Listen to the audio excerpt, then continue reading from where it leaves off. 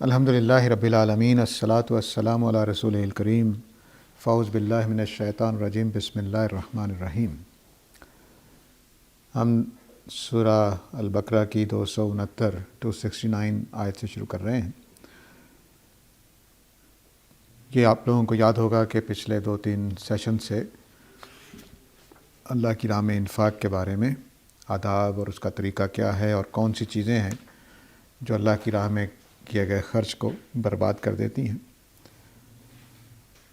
تو پچھلا جو ہم نے درس ختم کیا تھا وہ اس بات پر ختم کیا تھا کہ شیطان جو ہے وہ ڈراتا ہے کہ خرچ کرنے سے تم غریب ہو جاؤ گے، اور ساتھ ہی وہ تمہیں حکم دیتا ہے فحشاء کا۔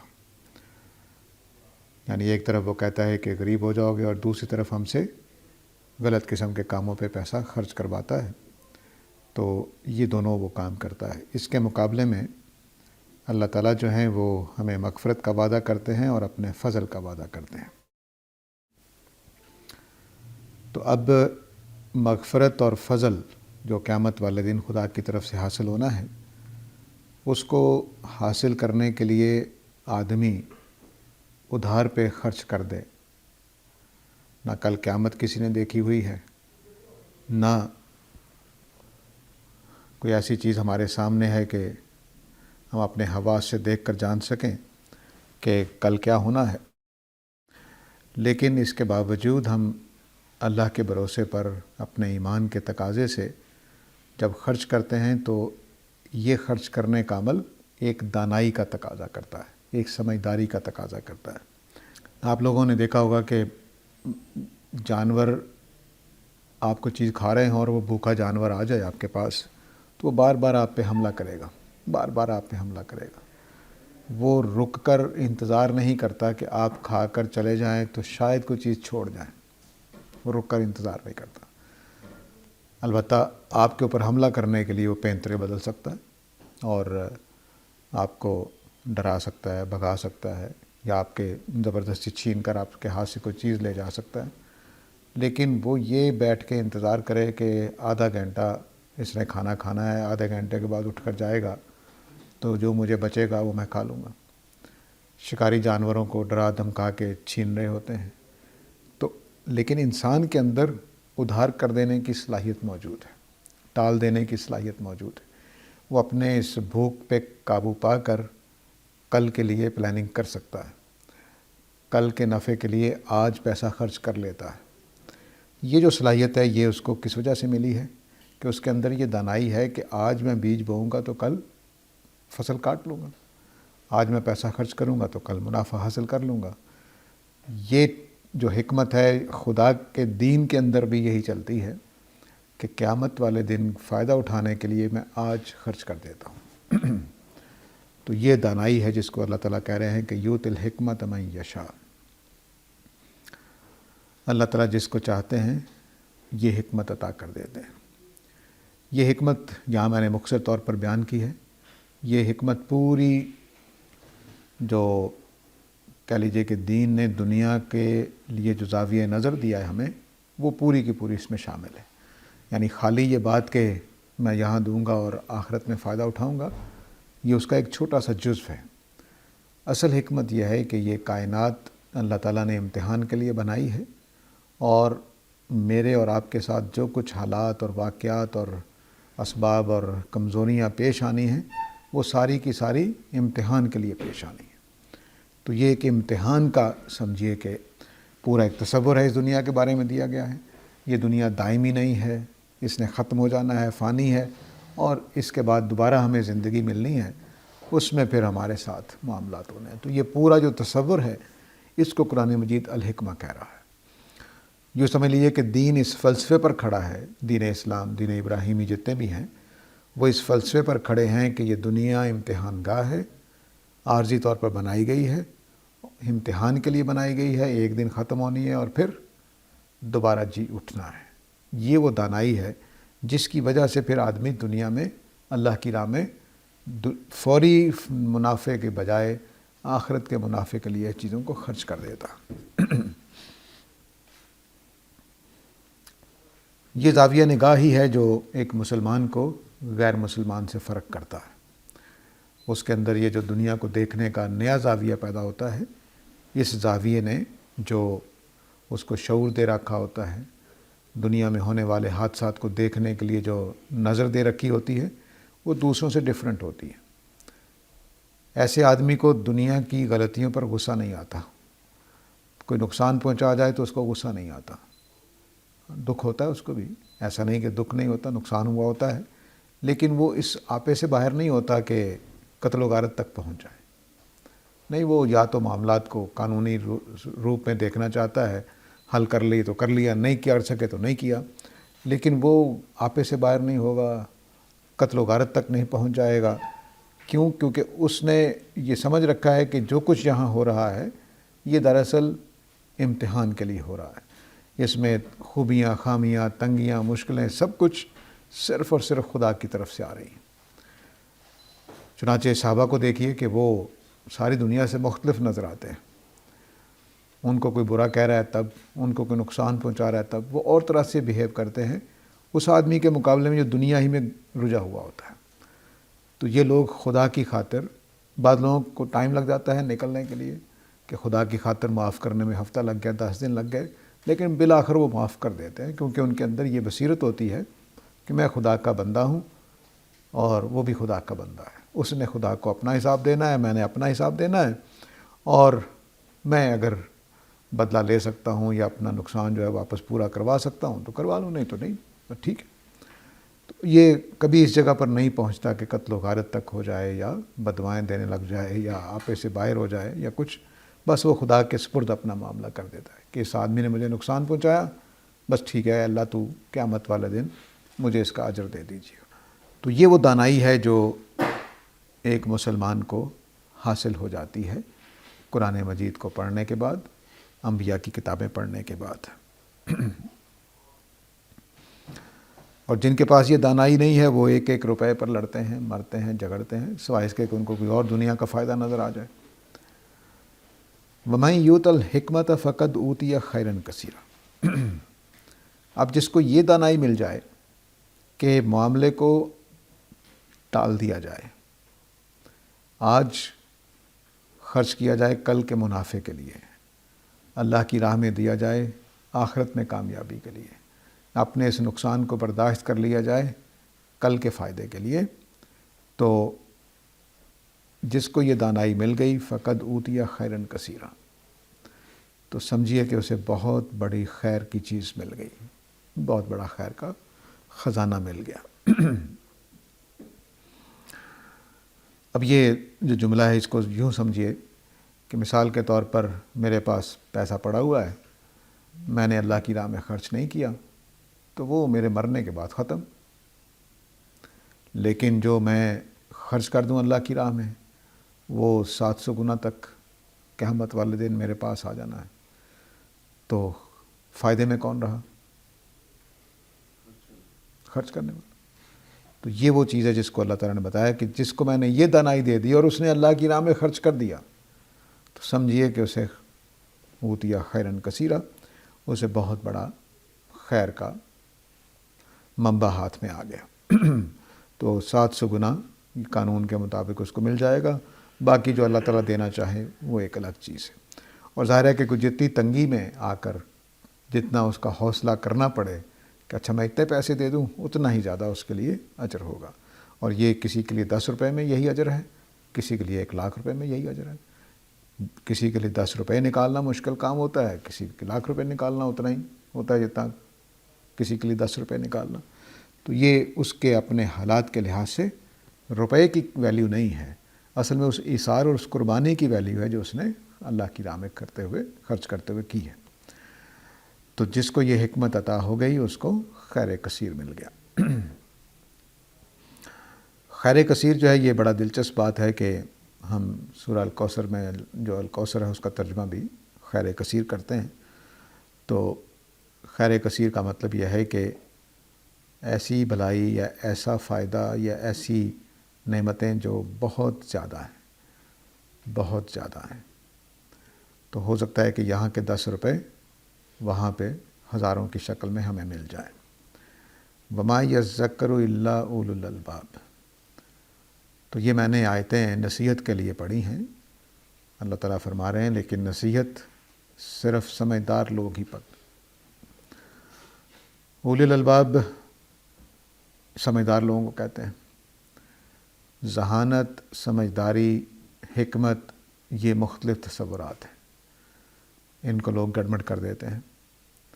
ذہانت کا مطلب یہ ہوتا ہے کہ ریاضی بڑی اچھی آتی ہے، سائنس بڑی اچھی سمجھ جاتے ہیں، مشکل سے مشکل بات ایسے سمجھتے ہیں، یہ ذہانت ہے۔ لیکن سارے لوگ اس سے ناراض ہیں، اللہ تعالیٰ بھی ناراض۔ تو اس ذہانت کو کیا کرنا ہے؟ اس کا مطلب کہ اس کے پاس سمجھداری نہیں ہے۔ سمجھداری کا مطلب ہوتا ہے کہ دنیا میں کیسے رہنا ہے، دن لوگوں کے ساتھ معاملات کیسے کرنے ہیں، کسی کو نقصان پہنچائے بغیر جائز راستے سے کیسے اپنے لیے کمائی کا راستہ نکالنا ہے، یہ سمجھدار لوگ ہوتے ہیں۔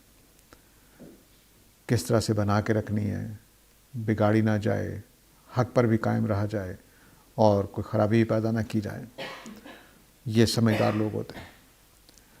اسی طرح عقل والے وہ لوگ ہوتے ہیں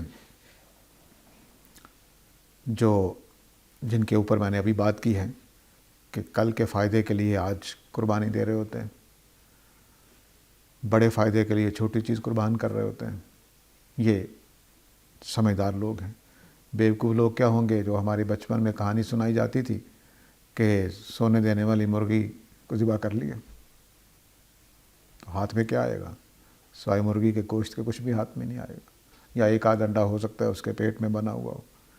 تو مرغی کو ذبح کر لیا جس نے آج کے فائدے کے لیے، اس نے 20 انڈے سے محروم ہو گیا۔ تو یہ سمجھداری یہاں پر اولو الالباب اس معنی میں ہے کہ جو دور اندیش ہوتے ہیں، مستقبل کو سامنے رکھتے ہیں، نظریات اور عقائد کے پہلو سے معاملات کر رہے ہیں، یہ اولو الالباب ہے۔ لیکن جو جانوروں کی طرح دنیا کے لالچ میں پڑ جاتے ہیں، ان کو دانائی نہیں دی جا سکتی، ان کو یہ سمجھداری نہیں دی جا سکتی۔ ہو سکتا ہے کہ آپ میری اس بات سے اوفینڈ ہو رہے ہوں کہ میں نے دنیا داروں کو بیوقوف کہہ دیا ہے۔ ہرگز ایسا نہیں میں نے کہا۔ میں اس اصول کو سمجھانا چاہتا ہوں کہ جو اصول ہر کاروباری اپنے کاروبار میں استعمال کرتا ہے، ہر مادہ پرست، دنیا پرست اس اصول کو کاروبار میں استعمال کرتا ہے۔ وہ آج کچھ چیزیں انویسٹ کر رہا ہوتا ہے کل کے فائدے کے لیے، تو وہی بندہ مومن آخرت کے لیے کر رہا ہوتا ہے۔ بس اتنا فرق ہے، دانائی دونوں کے پاس، لیکن ایک نے مستقبل قریب کو ہدف بنایا ہے، ایک نے اگلے مستقبل کو جو کسی نے دیکھا نہیں ہوا اس کو۔ تو ہمارے ماں باپ نے جب ہمیں بچپن میں اسکول بھیجا تو کیوں؟ کہ اسکول جائیں گے، پڑھیں گے، کوئی ملازمت مل جائے گی، تو انہوں نے 20 سال پہلے ہماری پلاننگ شروع کر دی تھی، 20 سال پہلے۔ تو یہ سمجھدار ماں ہوگی جو بچے کو اس طرح سے کوئی تربیت کرے گی، کوئی مستقبل کے لیے تیار کرے گی، اور ہمیں آخرت کے لیے تیاری کرنا، یہ وہ دانائی ہے جو اللہ تعالیٰ بندہ مومن میں پیدا کرتے ہیں قرآن مجید کے ذریعے سے۔ تو جیسا میں نے پہلے بھی عرض کیا کہ دانائی پورا تصور جو ہے دنیا کو دیکھنے کا، وہ اسلام کی جو فلسفی کہہ لیے، جو اسلام کی جو حکمت ہے، وہ پورا ایک تصور دنیا ہے، دنیا زندگی کے ایک معنی ہے، دنیا ایک خاص مقصد سے بنائی گئی ہے، یہ اس پہلو سے ہے۔ اس کا ایک جزو ہے یہ کہ ہم اس دنیا کے لیے پھر انویسٹ کرنے لگ جاتے ہیں جو دنیا ہم نے ابھی دیکھی نہیں ہے۔ آگے مزید فرمایا کہ وما انفقتم من نفقۃ او نذرتم من نذر فإن اللہ یعلمہ وما للظالمین من انصار۔ تم کوئی خرچہ کرتے ہو اللہ کی راہ میں یا کوئی نظر جو اللہ کی راہ میں تم مانتے ہو، تو اللہ تعالیٰ جان رکھو کہ اس کو جانتا ہے اور ظالموں کے لیے کوئی مددگار نہیں ہوگا۔ اب یہاں پہ دو چیزیں بیان کی ہیں، ایک یہ کہ اللہ کی راہ میں جو تم خرچ کرتے ہو، یہ صدقات ہو سکتے ہیں، زکوٰۃ ہو سکتی ہے، کچھ بھی ہو سکتا۔ میں پہلے بھی کئی دفعہ عرض کر چکا ہوں کہ صدقے اور خیرات میں اسلام میں کوئی فرق نہیں ہے، ہر صدقہ خیرات ہے اور ہر خیرات صدقہ ہے۔ ہمارے ہاں جو یہ تصور ہے کہ صدقہ تو رد البلا، یہ نہ کوئی حدیث ہے نہ کوئی اور چیز ہے، بس لوگوں کا اپنا خیال ہے، اور ہندوستان میں ڈیولپ ہوا ہے کیونکہ یہاں پر جو قومیں ہمارے ارد گرد رہتی تھیں ان کے ہاں یہ تصور پایا جاتا تھا کہ بلی چڑھانے سے موت ٹل جاتی ہے یا بیماریاں ٹل جاتی ہیں۔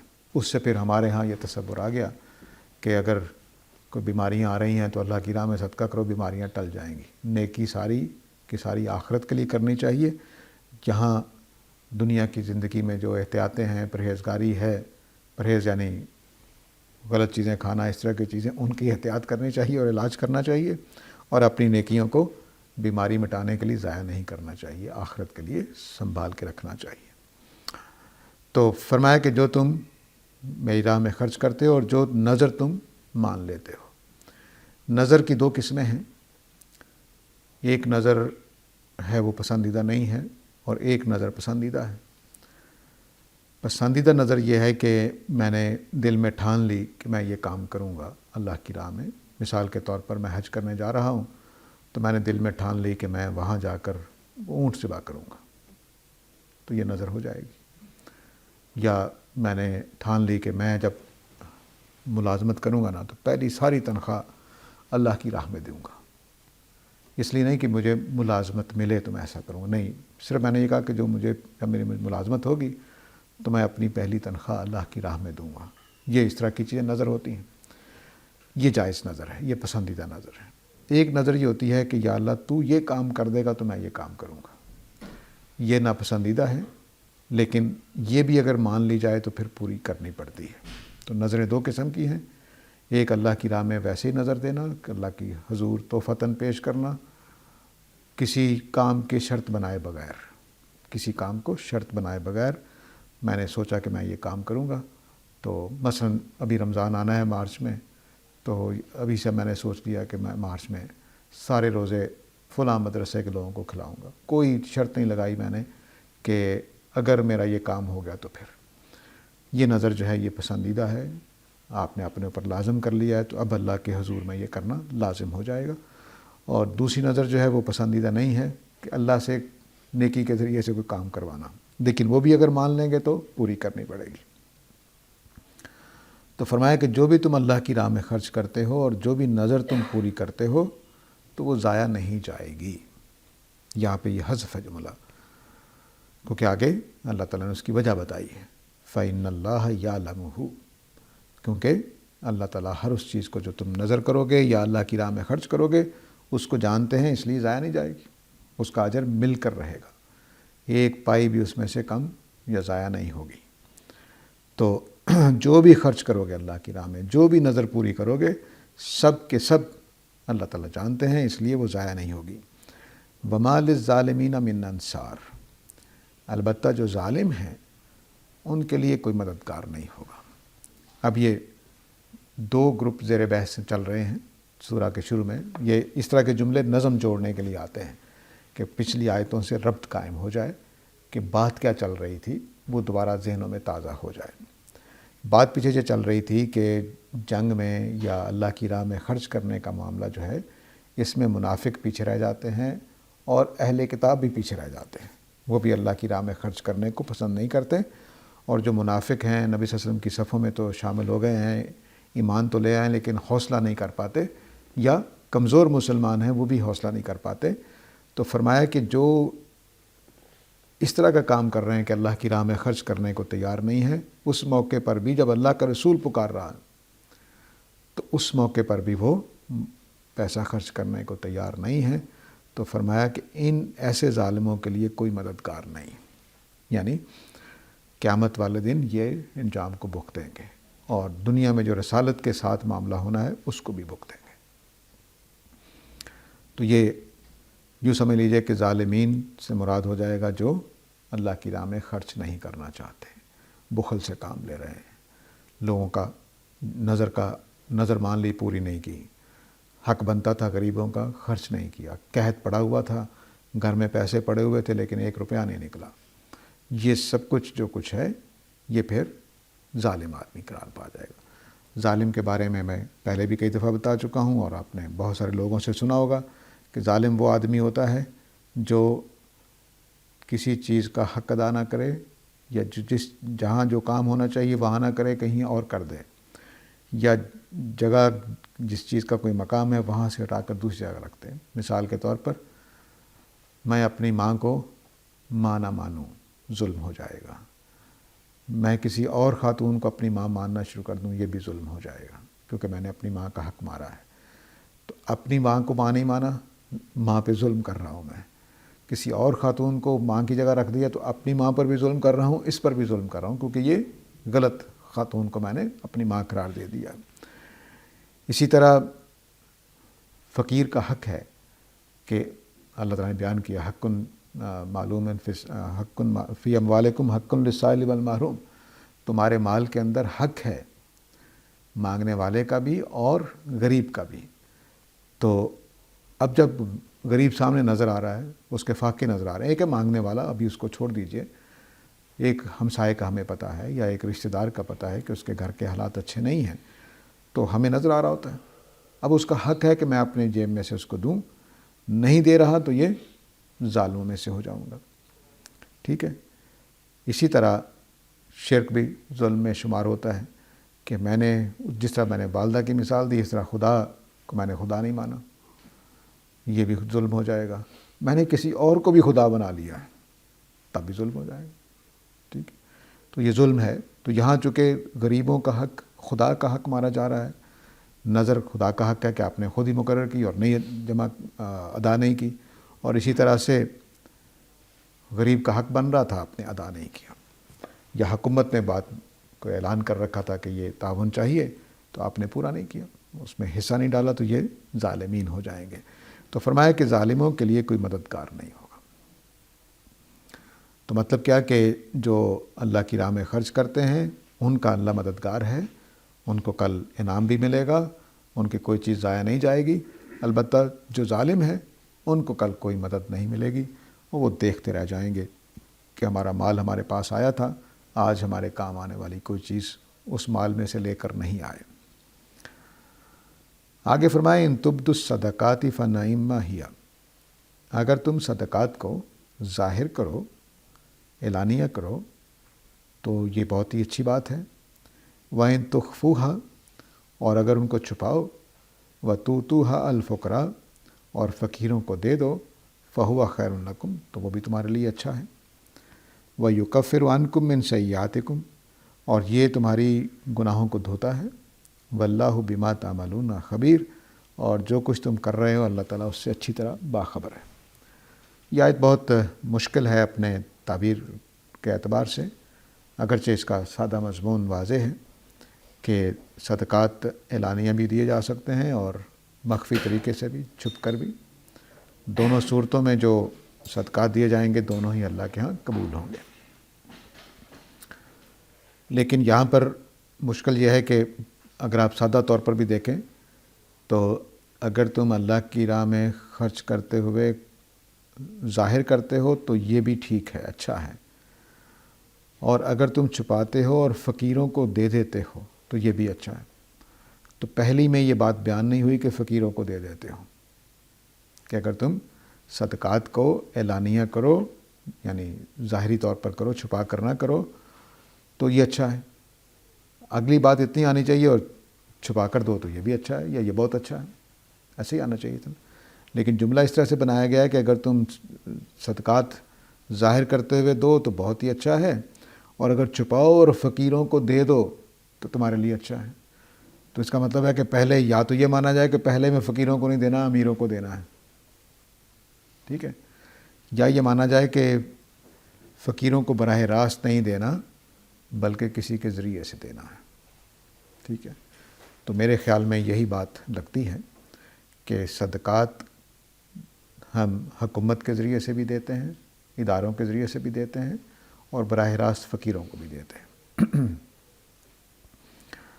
تو جو ہم مثلا ہمارے ہاں آج کل تنظیمیں بنی ہوئی ہیں، فلسطین کے لیے فنڈ اکٹھا ہو رہا ہے، زلزلے کے لیے ہو رہا ہے، سیلاب کے لیے ہو رہا ہے، تو اس میں ہم کیا کر رہے ہوتے ہیں، جا کر کسی کو دے رہے ہوتے ہیں، دیتے ہوئے تو وہ ایک اعلان سا ہو رہا ہے، حالانکہ جانا کسی اور جگہ پہ ہے، لیکن اس کو پتہ چل گیا جس کو میں نے جمع کرایا، پتہ چل گیا، یا اسٹیٹ کے لوگ آ گئے ہیں، زکوٰۃ کے عاملین آ گئے ہیں، وہ آ کے ٹیکس لے رہے ہیں مجھ سے، ساری دنیا میں اب ہمارا جو ٹیکس کٹتا ہے اس کا صدیوں تک ریکارڈ محفوظ رہے گا.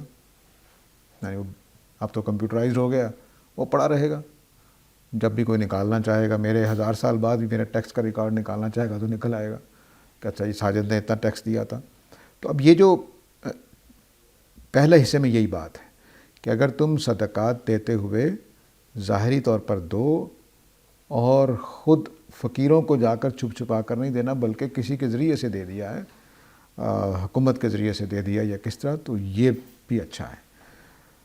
لیکن فنعیمہ ہیا جو ہے یہ ذرا اس میں زور زیادہ ہوتا ہے اس اسلوب میں کہ کیا ہی اچھا ہے, یہ تو بہت ہی اچھی چیز ہے. تو اس سے لگ رہا ہے کہ پہلا عمل پھر حکومت کے ساتھ ہمیں کرنا چاہیے کہ جو صدقات کو اعلانیہ دے اور حکومت کے ذریعے سے دے تو یہ بہت ہی اچھا ہے, اور جو چھپ کر دے اور خود فقراء کو دے دے تو وہ بھی ٹھیک ہے, وہ بھی اچھا ہے. تو اس طرح سے ایک مضمون بن جائے گا. لیکن عام طور سے وہ بھی تفسیر بتا دیتا ہوں. عام طور سے تفسیر ہے کہ پہلے میں زکوٰۃ کو مانا جاتا ہے, دوسرے میں خیرات کو مانا جاتا ہے. کہ ہم جو پہلا جو ہے کہ اعلانیہ طور پر یہ جملہ بولا جاتا ہے کہ فرائض جتنے ہیں ان کو اعلانیہ کیا جاتا ہے. مثلا ہم 5 وقت کی نماز پڑھتے ہیں تو وہ بھی اعلانیہ پڑھتے ہیں, مسجد میں جاتے ہیں چھپ کر نہیں پڑھتے. تو ایسا ہی زکوٰۃ بھی اعلانیہ دی جائے تاکہ دوسروں کو بھی ترغیب ہو اور نظام جو ہے وہ چلتا رہے. اور جو خیرات والی ہے یعنی زکوٰۃ نہیں ہے, ویسے اللہ کی راہ میں ہم دیتے ہیں اپنی مرضی سے, نفلی جو خیرات کرتے ہیں وہ پھر آگے انہوں نے بیان کیا ہے. تو فرق سب نے کیا ہے, لیکن میرے خیال میں تو حل فقراء سے فرق بنتا ہے, نہ کہ تبدو اور تخفو تو اللہ نے بیان کر دیا خود کہ ظاہری طور پر دینا ہے یا چھپ کر دینا ہے.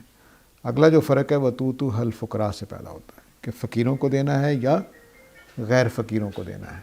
تو ظاہر ہے کہ یہ صدقہ تو کوئی نہیں ہے کہ میں اٹھا کر اپنے سے امیر آدمی کو صدقہ دے دوں, یہ تو کوئی صدقہ نہیں ہے. تو لگتا یہی ہے کہ عاملین جو ہیں زکوٰۃ کو کنٹرول کرنے والے یا ان کو دے دیا جائے. اور یہ معلوم ہے کہ صحابہ کے زمانے میں زکوٰۃ بھی بیت المال میں جمع ہوتی تھی اور خیرات بھی جمع ہوتی تھی, دونوں ہی جمع ہوتی تھی. البتہ خیرات میں آزادی تھی کہ جو چاہے آدمی دے لے, لیکن ان کو پتہ ہوتا تھا کہ صحابہ کے ہاں چلی جائے گی تو اچھے جگہ پہ استعمال ہو جائے گی, تو وہ اس طرح سے چل رہا ہوتا تھا.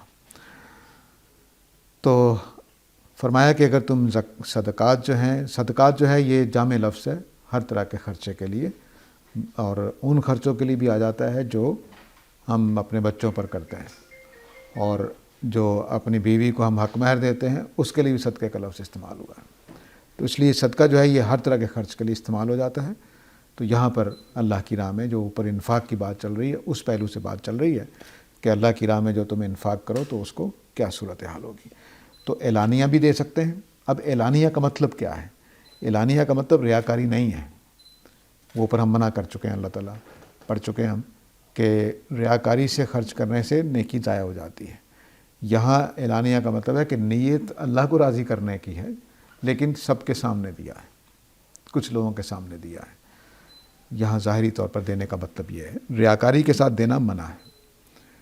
تو اللہ تعالیٰ کا مطلب یہ ہے کہ دوسروں کے سامنے زکوٰۃ خیرات دینے سے ضائع نہیں ہوتی اگر تمہاری نیت ریاکاری کی نہیں ہے.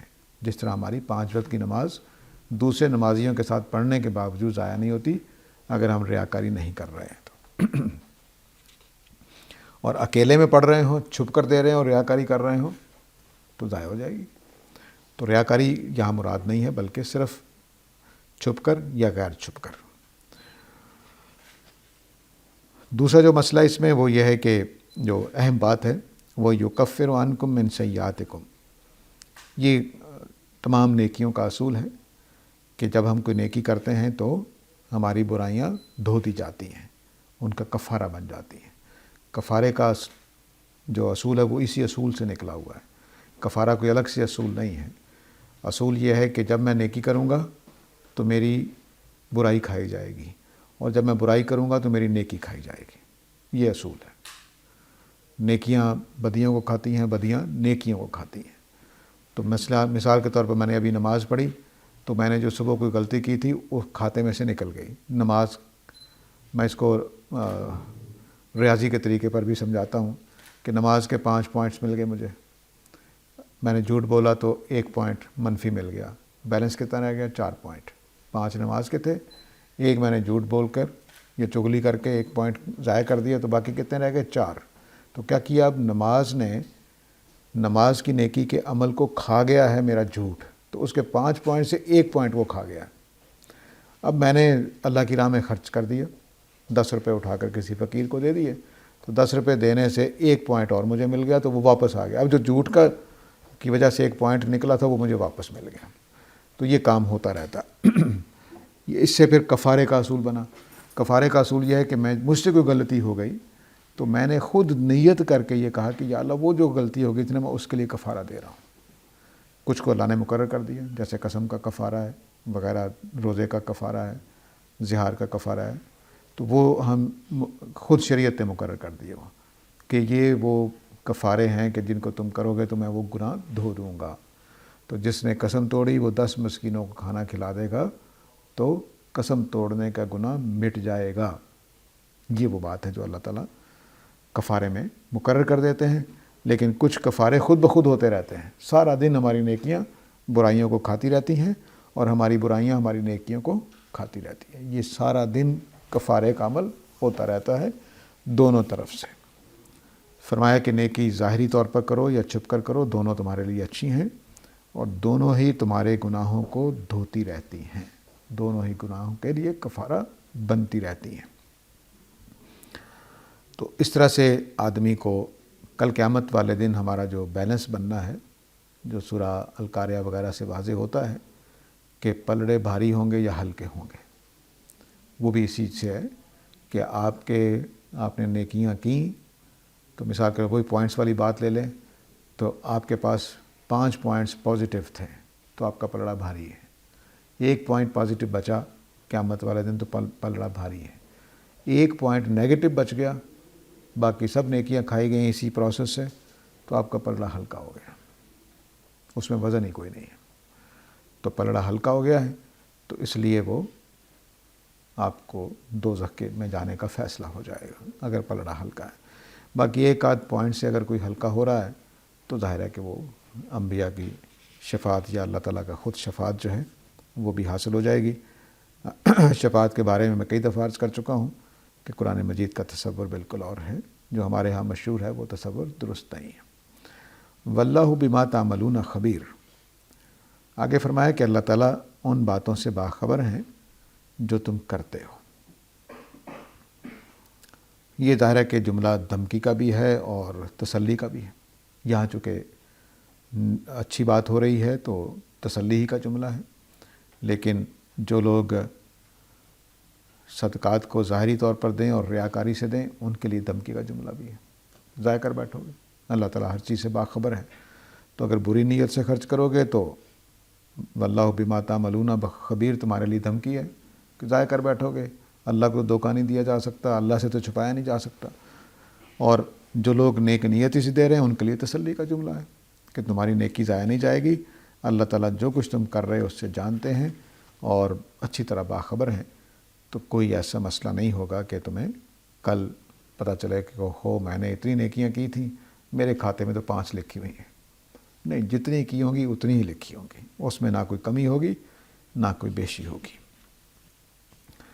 تو یہ جو آیت ہے یہ اس اعتبار سے اہم ہے کہ ظاہری دکھا کر اور چھپا کر ان دونوں سے گناہ نہیں ہوتا اگر آپ کی نیت ریاکاری کی نہیں ہے. اور باقی چیزیں میں پہلے بھی بیان کر چکا ہوں، دہرا دیتا ہوں کہ صدقے خیرات کرتے وقت، یعنی خیرات کرنا صحیح لفظ عربی کا لفظ صدقہ ہے، ہمارا خیرات ہے، دونوں کا معنی ایک ہے. خیرات کرتے وقت جن چیزوں کا خیال رکھنا ہے وہ بھی اللہ تعالیٰ نے بتا دیں. اس میں پہلی چیز یہ کہ مال اللہ کی راہ میں دینا ہے تو اچھا دینا ہے، گھٹیا مال نہیں دینا، ٹھیک ہے. دوسرا یہ کہ جس کو دینا ہے اس کو بعد میں احسان نہیں جتانا، اس کو اذیت نہیں دینی، یعنی کام کروا کے اس کو مشقت کروا رہے ہیں، پیسے دے دیے تو اب چلو برکس ہی نکال لیں اور احسان جتا رہے ہیں، ٹھیک ہے. یہ کام نہیں کرنا ہے. اگر یہ کام کریں گے تو نیکی ضائع چلی جائے گی، ٹھیک ہے. تیسری چیز اللہ تعالیٰ نے بتائی ہے کہ ریاکاری نہیں کرنی. ریاکاری کرو گے تو تب بھی نیکی ضائع ہو جائے گی. اور یہ چیزیں بتانے کے بعد اب آگے یہ بتایا ہے، آج کی جو بات ہے کہ اللہ کی راہ میں خرچ کرنے کی لیے ایک دانائی کی ضرورت ہے۔ وہ دانائی یہ ہے کہ خدا پر اعتبار کرتے ہوئے، خدا کی اسکیم کو سامنے رکھتے ہوئے آخرت کے لیے خرچ کرنا ہے۔ اور مزید یہ آج کی آیتوں میں ہم نے یہ سمجھا کہ کوئی چیز بھی اللہ کی راہ میں ضائع نہیں جاتی، خواہ خرچ کرنے صدقہ خیرات ہو یا نظر کی ہو، اگر صحیح نیت کے ساتھ کی گئی ہے تو وہ ضائع نہیں جائے گی۔ اور پھر مزید آگے یہ بتایا کہ وہ صدقات جو سب کے سامنے دیے جائیں وہ بھی فائدہ مند ہیں، اور جو چھپ کر دیے جائیں وہ بھی فائدہ مند ہیں، اگر وہ اوپر بیان کی ہوئی شرطیں پوری ہو رہی ہیں کہ اذیت نہیں ہو رہی، احسان نہیں جتائے جا رہے، کسی کو تنگ نہیں کیا جا رہا، گھٹیا مال نہیں دیا جا رہا۔ اس میں ایک اور اہم بات جو تھی وہ یہ کہ 2 نیتیں اللہ تعالیٰ نے جائز قرار دی ہیں اس سلسلہ کلام میں، جن سے نیکی کا اجر ضائع نہیں ہوتا۔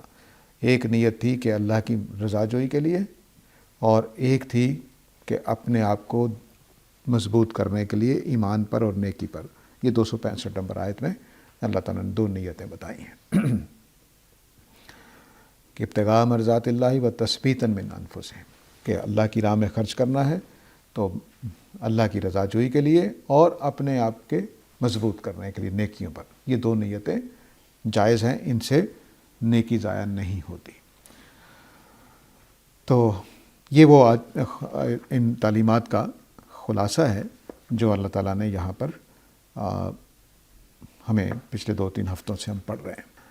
آگے پھر اس طرح کا مضمون ہے جس طرح یہاں وما للظالمین من انصار، تو نظم کے ساتھ جوڑنے کے لیے کہ کلام کیا چل رہا ہے اور کون مخاطب ہیں، کن سے بات ہو رہی ہے، تو فرمایا کہ لیس علیک ھداھم ولکن اللہ یہدی من یشاء وما تنفقوا من خیر فلانفسکم وما تنفقون الا ابتغاء وجہ اللہ وما تنفقوا من خیر یوفی الیکم وانتم لا تظلمون۔